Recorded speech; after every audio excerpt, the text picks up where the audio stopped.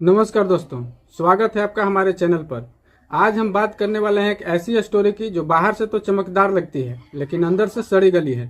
जी हाँ, हम बात कर रहे हैं मशहूर लोक गायिका मैथिली ठाकुर और उनके पिता रमेश ठाकुर की। ये वो लोग हैं जो आजकल बिहार की राजनीति में घुसने की कोशिश कर रहे हैं, लेकिन उनके पीछे छिपी सच्चाई क्या है, उनके आरोप क्या हैं और क्यों ये सब एक बड़ी साजिश का हिस्सा लगता है, इस वीडियो में हम सब कुछ डिटेल से बताएंगे। उनकी बैकग्राउंड से लेकर आज तक की राजनीतिक अफवाहों तक, और क्यों ये लोग बिहार के लोगों को बेवकूफ बना रहे हैं। अगर आप बिहार से हैं या राजनीति में इंटरेस्ट रखते हैं तो ये वीडियो आखिर तक देखना, क्योंकि हम यहाँ उनकी पोल खोलेंगे, उनके झूठे आरोपों को एक्सपोज करेंगे और दिखाएंगे कि कैसे ये लोग अपनी पॉपुलैरिटी का गलत इस्तेमाल कर रहे हैं। मैथिली ठाकुर का जन्म 25 जुलाई 2000 को बिहार के मधुबनी जिले के बेनीपट्टी में हुआ था। वे एक ब्राह्मण परिवार से आती है जहाँ संगीत की परंपरा है। उनके दादा पंडित रामेश्वर ठाकुर और पिता रमेश ठाकुर, जिन्हें पंडित रमेश ठाकुर भी कहा जाता है, दोनों संगीतकार और टीचर हैं। मैथिली ने छोटी उम्र से ही अपने पिता से ट्रेनिंग ली और यूट्यूब रियलिटी शो जैसे राइजिंग स्टार 2017 से फेम पाया। उन्हें 2024 में पद्मश्री भी मिला। परिवार दिल्ली में म्यूजिक अकादमी चलाता है लेकिन बिहार से कनेक्शन रखते हैं। लेकिन दोस्तों, ये सब सुनने में अच्छा लगता है, पर असली सच्चाई क्या है? रमेश ठाकुर ने खुद को और अपनी बेटी को प्रमोट करने के लिए बिहार को छोड़ दिया, लेकिन उन्होंने आरोप लगाया कि लालू के सत्ता में आने की वजह से हम यहाँ से पलायन कर गए और अब वो बिहार की बेटी बनने का ढोंग कर रही है।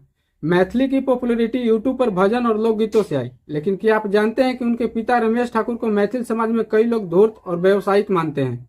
एक्स पर एक पोस्ट में लिखा है कि रमेश ठाकुर मैथिल समाज के लोगों को बेवकूफ समझते हैं। जैसे जैसे मैथिली फेमस हुई, उन्होंने समाज को इग्नोर करना शुरू कर दिया। वे कार्यक्रमों के लिए भारी फी चार्ज करते हैं और अगर पैसे कम हो तो रिजेक्ट कर देते हैं। उदाहरण के लिए एक रिपोर्ट में कहा गया कि जब गांव वालों ने मैथिली को छठ पूजा इवेंट के लिए इनवाइट किया तो उन्होंने 5 लाख रुपए की डिमांड की और 2 लाख का ऑफर करने पर रिजेक्ट कर दिया। क्या ये बिहार की बेटी का व्यवहार है? नहीं, ये तो पैसों की लालच है।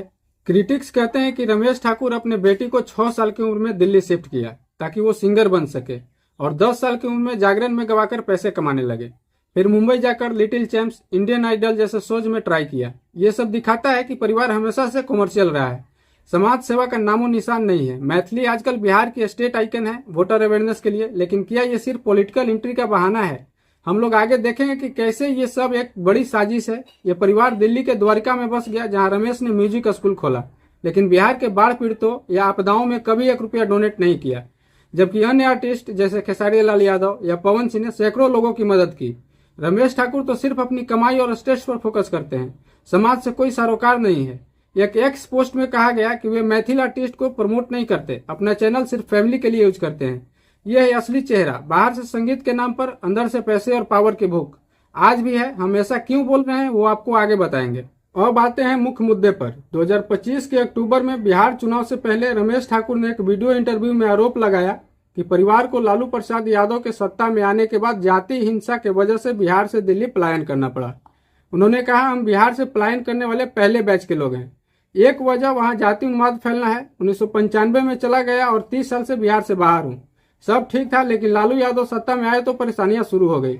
ब्राह्मणों पर हमले होने लगे। बिहार से पलायन करने वालों की कोई फिक्र नहीं, कुछ करना चाहिए। बिहार के लोग लौटे और बिहार के लिए काम करें।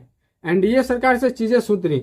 दोस्तों, ये आरोप सुनने में ड्रामेटिक लगता है, लेकिन क्या ये सच है? नहीं, ये एक राजनीतिक स्टंट है बीजेपी की तरफ से लालू की इमेज खराब करने का।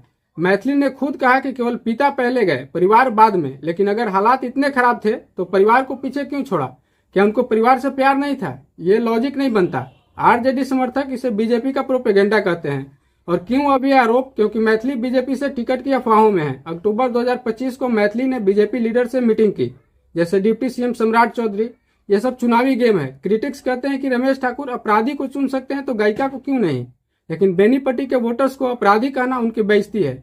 ये दिखाता है कि वे जमीन से कट चुके हैं। लालू के राज को जंगल राज कहना आसान है, लेकिन क्या ये भूल गए कि लालू ने ओबीसी दलितों को सशक्त बनाया, मंडल कमीशन लागू किया, ऊपरी जातियों की मोनोपोली तोड़ी? हाँ, समस्याएं थी, लेकिन रमेश जैसे लोग अपनी असफलता का ब्लेम लालू पर डाल रहे हैं। दोस्तों, सबसे बड़ा एक्सपोज यहाँ है। रमेश ठाकुर के स्टेटमेंट्स में भारी कंट्राडिक्शन दिखता है। 2019 के एक यूट्यूब इंटरव्यू में उन्होंने कहा कि पलायन की वजह बिहार में जॉब्स की कमी थी। बिहार में जॉब्स ट्राई की लेकिन नहीं मिली, सोचा कुछ न किया तो क्या खाएंगे, इसलिए दिल्ली चला गया। लेकिन अब 2025 में कह रहे हैं कि जाति हिंसा की वजह से दिल्ली गया। क्यों बदला है स्टेटमेंट? क्योंकि अब राजनीति में एंट्री चाहिए और बीजेपी की जंगल राज नैरेटिव से मैच करना है। ये विसंगति दिखाती है कि वे झूठ बोल रहे हैं। अगर हिंसा थी तो 2019 में क्यों नहीं कहा? आरजेडी ने इसे हाईलाइट किया और कहा कि ये चुनावी अफवाहों के बीच मुद्दा राजनीतिक बनाने का प्रयास है। एक्स पर लोग पूछते हैं कि अगर इतना खतरा था तो परिवार क्यों छोड़ा? क्या उनको अपने परिवार से प्यार नहीं था, या फिर वो चाहते थे कि परिवार हिंसा का शिकार हो जाए? ये नैरेटिव अतिरंजित है राजनीतिक फायदे के लिए। रमेश ठाकुर की ये बदलती कहानियां उनकी क्रेडिबिलिटी पर सवाल उठाती है। वे धूर्त है, जैसा कि मैथिल समाज कहता है। अब यहाँ एक और ट्विस्ट आता है। जब हम गहराई में जाते हैं तो स्थानीय स्तर पर अलग कहानी सुनाई देती है। रमेश ठाकुर के घर से लगभग 700 मीटर दूर रहने वाले एक स्थानीय पत्रकार से बातचीत में पता चला कि उस इलाके में ब्राह्मणों की आबादी सबसे ज्यादा है, उसके बाद यादव समाज की है। पत्रकार ने सवाल उठाया कि यदि सारे ब्राह्मणों पर हमला हुआ था तो केवल एक परिवार ही दिल्ली क्यों आया था और बाकी ब्राह्मण गांव में ही क्यों रहे? यह सवाल विचारणीय है। अगर पूरे ब्राह्मण समाज पर हमले हो रहे थे तो बड़े पैमाने पर पलायन क्यों नहीं हुआ? क्या रमेश ठाकुर की कहानी में कुछ व्यक्तिगत वजह छिपी हुई है? और यहाँ आती है जमीन के विवाद की कहानी, जो इस रहस्य को और गहरा बनाती है। स्थानीय सूत्रों के अनुसार मैथिली ठाकुर के घर के पास एक जमीन को लेकर विवाद था। एक दलित समाज के व्यक्ति का दावा था कि वह जमीन उसकी है, लेकिन ठाकुर परिवार के चाचा राकेश ठाकुर ने उस पर कब्जा कर रखा था। मैथिली के घर के आगे 6 कट्ठा जमीन है जो किसी अनुसूचित जाति के नाम पर दर्ज है, लेकिन कब्जा मैथिली ठाकुर के परिवार का है। क्या यह विवाद पलायन की असली वजह था या जातीय हिंसा की आड़ में पारिवारिक झगड़े छिपे थे? जांच में अब तक कोई एफआईआर नहीं मिली जिसमें रमेश ठाकुर ने जमीन कब्जे की शिकायत दर्ज कराई हो, लेकिन स्थानीय लोग बताते हैं कि यह विवाद 1990 के दशक में चरम पर था, जब मंडल कमीशन के बाद पिछड़ी और दलित जातियां सशक्त हो रही थी। अब बात करते हैं चाचा राकेश ठाकुर की। मैथिली के दादाजी पुराने समय में डीलर रहे हैं और अब बुजुर्ग हैं। उनके पास एक राशन कार्ड था, लेकिन राकेश ठाकुर पर घोटाले के आरोप लगे। स्थानीय लोगों का कहना है कि अगर वे शिकायत करते तो मामला दादाजी तक पहुंच जाता और उन्हें जेल जाना पड़ता, इसलिए शिकायत दर्ज नहीं हुई। एक ब्राह्मण व्यक्ति ने कहा, हम लालू यादव को वोट नहीं देते, लेकिन रमेश ठाकुर द्वारा लगाए गए सभी आरोप सही नहीं है। हमारी आबादी यहाँ ज्यादा है, फिर हमारा शोषण कौन करेगा? यह बयान राजनीति के तहत दिलवाया गया। यह बयान दर्शाता है कि गांव में सभी ब्राह्मण एकमत नहीं है। क्या रमेश ठाकुर के आरोप राजनीतिक हैं? इस कहानी को समझने के लिए हमें पीछे जाना पड़ेगा।